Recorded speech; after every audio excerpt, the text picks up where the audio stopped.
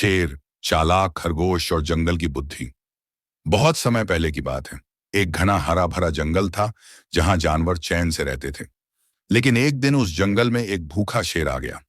वह बहुत बलशाली और डरावना था। उसने पूरे जंगल में हड़कंप मचा दिया। हर रोज वह किसी न किसी जानवर को पकड़कर खा जाता। हाथी, हिरण, बंदर, सभी डर के मारे छिपते फिरते। जब जानवरों का जीना दूभर हो गया, तब उन्होंने एक सभा बुलाई। सभा में तय हुआ कि वे शेर से बात करेंगे। अगले दिन सभी जानवर शेर के पास गए और हाथ जोड़कर बोले, हे जंगल के राजा, अगर आप हर दिन एक जानवर खा जाते रहेंगे तो जल्दी ही कोई नहीं बचेगा।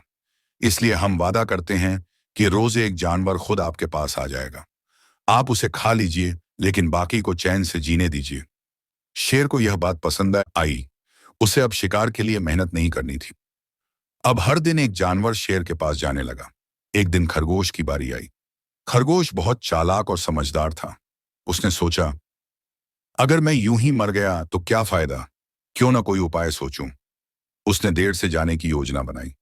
वह धीरे धीरे चलते हुए दोपहर के समय शेर के पास पहुंचा। शेर बहुत गुस्से में था। तू इतनी देर से क्यों आया? मैं अभी तुझे खा जाऊंगा।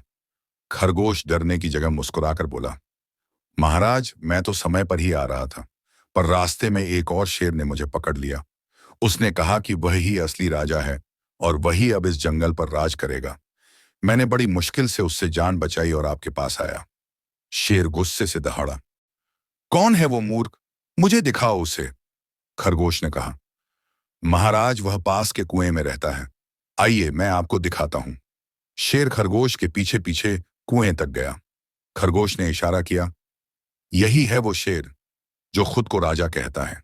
शेर ने कुएं में झांका। उसमें उसे अपनी ही परछाई दिखाई दी।